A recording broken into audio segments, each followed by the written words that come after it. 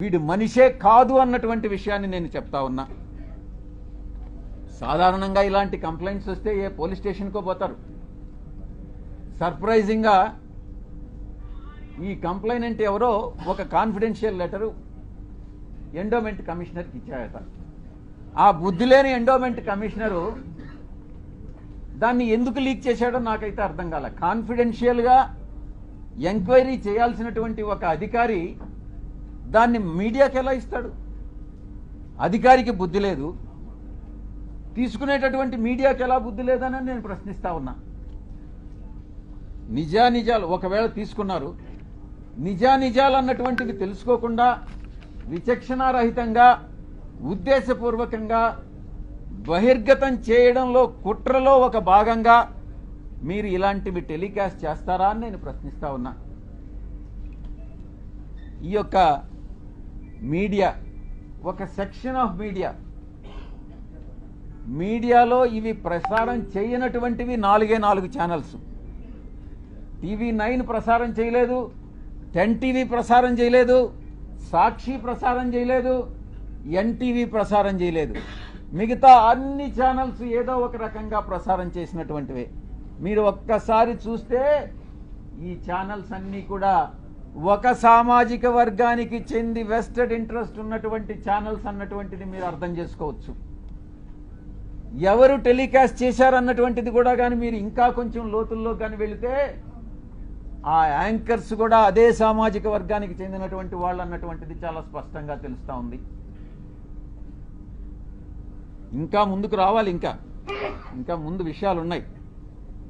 ఒక వ్యక్తి చేసినటువంటి ఆరోపణలను దృష్టిలో పెంచుకొని ఒక మహిళ క్యారెక్టర్ మీద దెబ్బతీస్తారా? ఒక మహిళ క్యారెక్టర్ మీద దాడి చేస్తారా? ఆ స్థానంలో నేను ఒక్కటే అడుగుతున్నా, ఒరేయ్ వంశీ, నీకు అమ్మ లేదా? నీకు అక్క లేదా? నీకు అమ్మ చెల్లెలు అక్క చెల్లెలకి తేడా తెలియదా? మీ అమ్మ మీద, మీ అక్క మీద, మీ చెల్లెల మీద ఎవరైనా ఇటువంటి ఆరోపణలు చేస్తే నువ్వు నిజంగా మనిషై పుట్టి నీకు చీము నెత్తురుగాని ఉంటే నువ్వు గమ్ముగా ఉంటావా అని నేను ప్రశ్నిస్తా ఉన్నా. వీడు డెఫినెట్గా సమాధానం చెప్పాలి ఈ విషయానికి. ఈ మారెళ్ల వంశీ అనేటటువంటి వాడు, ఆంధ్రజ్యోతి వెంకటకృష్ణ, TV5 సాంబడు, వాళ్ళ పుట్టుక మీదనే నాకు అనుమానం ఉంది. నేను ఈరోజు చెప్తా ఉన్నా పత్రికాముఖంగా, ఒరేయ్ మీ పుట్టుక మీదనే నాకు అనుమానాలు ఉన్నాయిరా. మీ తల్లిదండ్రులకి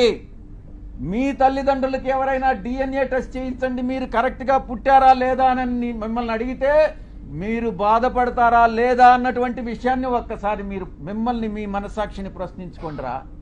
అప్పుడు అర్థమవుతుంది మీకు మనసులో బాధ ఏందన్నటువంటిది. ఆరోపణలు చేయడం కాదు, బ్లాక్మెయిల్ చేయడం కాదు, డబ్బులు సంపాదించడం కాదు, మనిషై పుట్టిన తర్వాత సమాజానికి సేవ చేయడం రా ముఖ్యం. మీలాగా డబ్బు సంపాదించుకొని మీ యొక్క స్వలాభం కోసం మీరు ఆనందాన్ని పొందడం కాదురా. ఈ యొక్క ఆవేదన అర్థం చేసుకోవాలి, నా యొక్క ఆవేదన. నేను ఒక్కటే అడుగుతా ఉన్నా, ఇదేనంటారా మీ జర్నలిస్టిక్ విలువలు? ఇదేనా మీ జర్నలిస్టిక్ విలువలు? ఇక